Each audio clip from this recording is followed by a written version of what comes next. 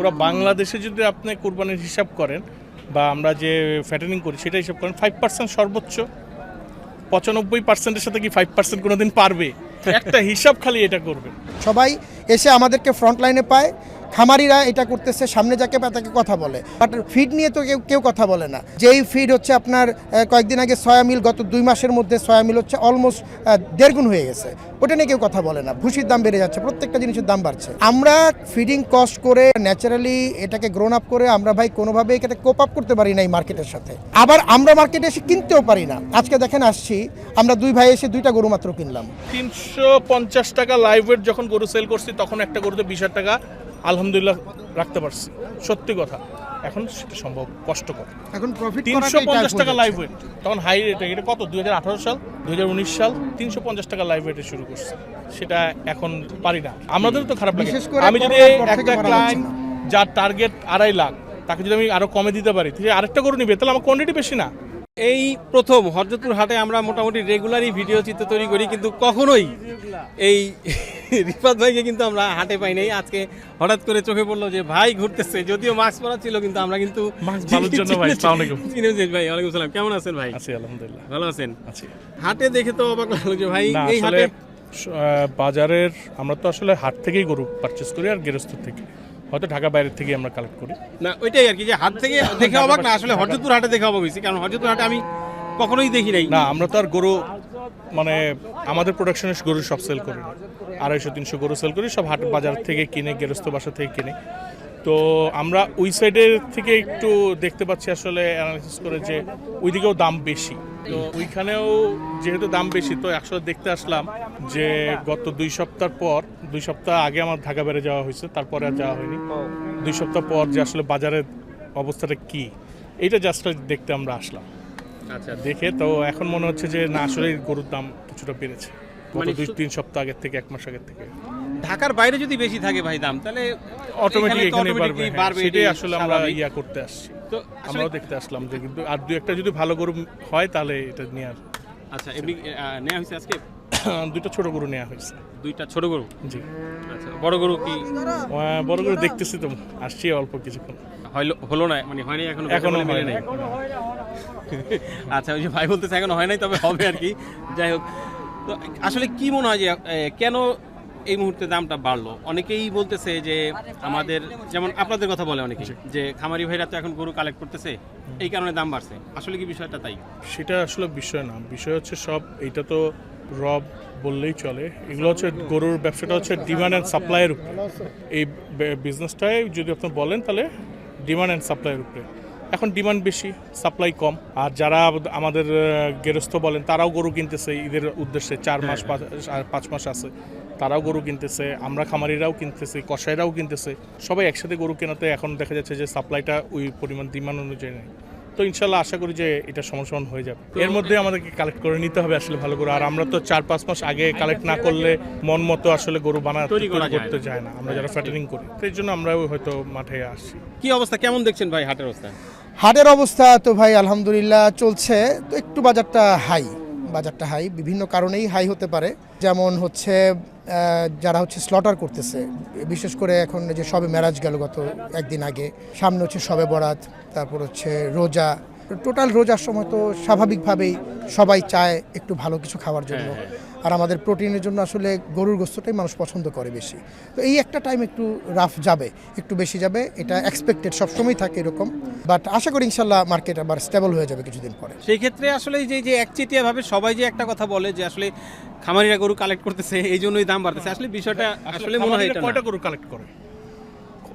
গরু কালেক্ট করে খামারিরা? সব ঢাকার বাইরে যদি আপনি যান, ওখানে খামার কয়টা, বা ঢাকায় কয়টা খামার? 5%। পুরো বাংলাদেশে যদি আপনি কুরবানির হিসাব করেন বা আমরা যে ফ্যাটেনিং করি সেটা হিসাব করেন, 5% সর্বোচ্চ 95%-এর সাথে কি 5% কোনোদিন পারবে? একটা হিসাব খালি এটা করবেন যে প্রায় 60 লক্ষ গরু কুরবানি হয়, গরু মহিষ হয় প্রায় 60 লক্ষ। যদি সেটা হিসাব করেন, ঢাকায় খামারিদের কাছে কয়টা গরু আছে, চিটাগাং খামারিদের কাছে কয়টা গরু আছে, টোটাল বাংলাদেশে যে খামার যদি বলেন, আপনি খামার কাদেরকে বলতেছেন? যারা 5টা 10টা গরু পালতেছে তাদেরকে খামারি বলতেছেন? বিষয়টা আসলে এই যে তথ্য যদি বলি সেটার জন্য তো একটু লেখাপড়া দরকার। তো এই লেখাপড়া বা এই পড়াশোনাটা বা গুগল সার্চ এটা আসলে সবাই করতে পারে না বা করতেছে না, সবাই এটা করেও না। সবাই দেখে দেখে সহজ just হিসাব খালি যেটা বলছে। সেটা হলো চোখের দেখা। কোরবানির সময় খামার থেকে কতগুলো গরু কোরবানি হচ্ছে আর হাটে কি পরিমাণ গরু গরু আসে, তো আসতেছে, সেটাই এই তো হাটে যে সচক্ষে দেখা হাটে তো যাচ্ছে। প্রান্তিক খামার মানে কৃষক বলি প্রান্তিকরাই গরু নিয়ে আসছে, হ্যাঁ, হ্যাঁ। তাহলে সেখানে তো অনেক পরিমাণে গরু আসতেছে। Right. তাহলে যেমন আজকে এইখানে এই হাটে আমি দেখলাম আশেপাশে যারা দুই একটা গরু পালে, কেরানীগঞ্জ, বসিলা এদিকে যারা গরু পালে তাদের সংখ্যা বেশি। কিন্তু আপনি কয়জন খামারি পাবেন? সর্বোচ্চ 3-4 জন খামারি আছে এখানে। আর যারা এত গরু বিক্রি হইলো বা ওনারা বিক্রি করতেছেন সব তো এই প্রান্তিক খামারির কাছে বিক্রি করছেন, বা যারা ওই যে ঈদে বিক্রি করবে বা কোরবানির যাদের জায়গা আছে তারা নিচ্ছে। এছাড়া তো আমি দেখতেছি না যে এখানে এই গরুগুলো তো নিশ্চয়ই কষাই স্লটার করবে না। হ্যাঁ সেটাই। সবাই মিলে আসলে এই জিনিসটা এরকম হয়। খামারিরা পারে। আরেকটা জিনিস ভাই দেখেন, যেই আমরা খামারি হিসাবে এসে যেই দাম দিয়ে কিনতে পারি না, প্রান্তিকরা আমাদের চেয়ে 5,000-7,000 টাকা বেশি দিয়ে কিনে নিয়ে যাচ্ছে। এখন আমরা কোথায় যাব? সবাই তো আমাদের উপর একটা কথা বলে। আরে দেখেন এখন রিফাত যেটা বললো যে ফার্ম তো এখন কমে গেছে, ও যেটা বলতেছে যে 5%, এখন তো আমার মনে হয় যে টোটাল যদি ডেটা থাকে আমার মনে হয় 5%-এরও কমে গেছে। আপনি দেখেন গত কয়েক বছরে কি পরিমাণ খামার কমছে। তো এখানে তো আসলে বাড়ানোর উপায় নাই, বরং আরও কমে যাচ্ছে। এখানে প্রাইসিংয়ের সাথে আমরা কোনোভাবে অ্যাডজাস্ট করতে পারতেছি না। সবাই এসে আমাদেরকে ফ্রন্ট লাইনে পায়, খামারিরা এটা করতেছে, সামনে যাকে পায় তাকে কথা বলে, বাট ফিড নিয়ে তো কেউ কথা বলে না।